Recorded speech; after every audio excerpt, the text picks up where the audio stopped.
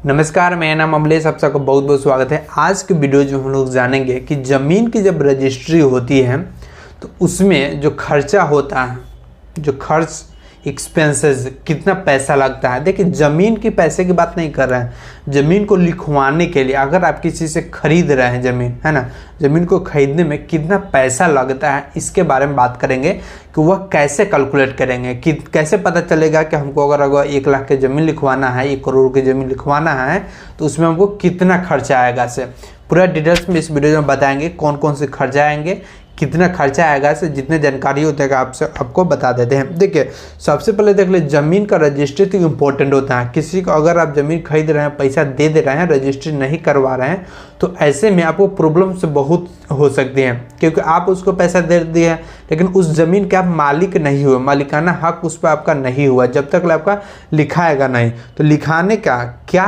क्या महत्व है, इम्पोर्टेंस है, सबसे पहले देख लीजिए। देखिए, कानूनी तौर पे जब आप ज़मीन को लिखवा लीजिएगा तो कानूनी तौर पे आप उसके मालिक बन जाइएगा, है ना। भविष्य में अगर कुछ भी विवाद होता है उस ज़मीन को लेकर करके, है ना, तो वैसे कंडीशन में आपके पास में एक डॉक्यूमेंट्स होगी, गवर्नमेंट से रिकॉर्ड होगी कि आपके नाम से वो ज़मीन है या फिर जिसके नाम से लिखवाइएगा उसके नाम से ये ज़मीन होगी। तो वैसे विवादों में फंसने का चांसेस ना के बराबर यहाँ पे रहती है। उसके अलावा अगर आप कोई भी लोन लेना चाहते हैं तो बैंक लोन ले सकते हैं, फिर उस ज़मीन को कहीं गिरवी रख करके कुछ कर सकते हैं। तो ये सब जो है ना प्लस पॉइंट होते हैं, चांसेस यहाँ पे रहती है। संपत्ति का जो, जैसे में आप उस ज़मीन को खरीद लिए, रजिस्ट्री करवा लिए अपने नाम पे है, तो 5 साल 10 साल के बाद उस ज़मीन का दाम बढ़ेगा ही, तो बढ़ेगा तो उस समय बेच सकते हैं। तो ये भी एक प्लस पॉइंट है। तो ऐसे बहुत सी प्लस पॉइंट है जो कि रजिस्ट्री करवाना इंपॉर्टेंट होती है। तो चलिए हम लोग देख लेते हैं कि ज़मीन की रजिस्ट्री करवाने के लिए क्या क्या खर्चे होती हैं। यहाँ पे सबसे पहले देख सकते हैं कि स्टैंप पेपर, ठीक है, स्टैंप ड्यूटी जो खर्चा होता है, स्टैंप ड्यूटी में खर्चा होती है, रजिस्ट्रेशन से फी लगती है ना, सर्च फीस। तो स्टैंप ड्यूटी तो कंपलसरी है, लगता ही है। तो जो स्टैंप लेते हैं उसके हिसाब से फी हो सकता है। यह सबसे बड़ा खर्च होता है यहाँ पे, या मतलब कि सबसे ज़्यादा खर्चा इसी में लगता है। उसके अलावा ज़मीन के जो है ना यहाँ पे रजिस्ट्रेशन से फी, तो ठीक है, तो रजिस्ट्रेशन से फी के बारे में अभी 1 मिनट की बात करते हैं, लेकिन उससे पहले हम आपको स्टैंप ड्यूटी के बारे में आपको समझाना चाहते हैं। स्टैंप ड्यूटी वह होता है कि यह ज़मीन है ना, यह ज़मीन सबसे बड़ा खर्च होता है ज़मीन के। यह ज़मीन के मूल्य को निश्चित करता है।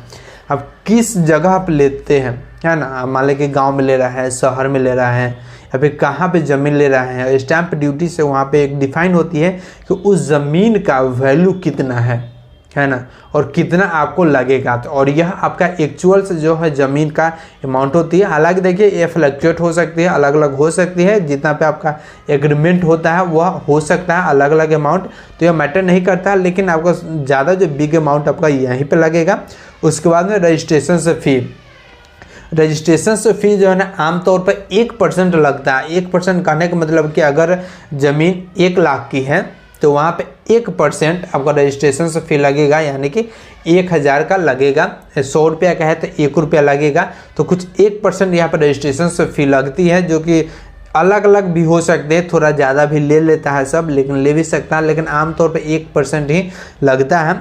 और सर्च फीस हम कहने का मतलब क्या हुआ कि अगर ज़मीन में अगर कुछ इशू है, आप ऑफिस में जा रहे हैं, है ना, ऑफिस में जाने के बाद में अगर उससे रिलेटेड अगर पिछला रिकॉर्ड अगर कुछ खुजवा रहे हैं, है ना, कुछ काम करवा रहे हैं, तो वैसे कंडीशन में उसका भी चार्ज यहाँ पे देना होता है। तो ये अलग से लगता है। अगर आप देना चाहे तो दे सकते हैं, अगर चाहिए, ज़रूरत है तो आपको लगेगा। ये जरूरी नहीं है कि सब में लगता ही है। अगर कुछ डॉक्यूमेंट्स की ज़रूरत पड़ गया, कुछ जानकारी ऐसी चाहिए जो आपके पास में नहीं है लेकिन आपको लेना है, तो ऐसे कंडीशन में अगर आपको वहाँ पर मिल रहा है तो उसका भी चार्ज यहाँ पे लगता है। अगर आप डायरेक्ट अपने जाकर लिखवा लें तो कोई दिक्कत नहीं है। वकील को साथ में रखते हैं तो उसका फिर फीस तो देना ही पड़ेगा। एक और भी एक्सपेंसेस होती है जिसे हम अदर एक्सपेंस में रखेंगे, अदर खर्चा, जैसे कि आने जाने का ट्रैवल हो गया, डॉक्यूमेंट्स का फोटो कॉपी हो गया, लाइक दिस मोर। इस तरह नाश्ता पानी पार्टी सार्टी का खर्चा अलग हम यहाँ पे रखना चाहेंगे। उसके बाद में हम अब बात करें कि इस तरह कैलकुलेशंस में आपको ज़्यादातर को हम आपको बता दिए, स्टैंप ड्यूटी, कैलकुलेशन से ड्यूटी, ये सब पे हम एक पार्टिकुलर से वीडियो जो लाने वाले हैं जिसके बारे में आपको बताएंगे, लेकिन ओवरऑल जो खर्चा होती है यही होता है। बाकी आप देख लीजिएगा। वीडियोज पसंद आए तो लाइक, चैनल को सब्सक्राइब और टेलीग्राम चैनल को ज्वाइन जरूर कीजिएगा।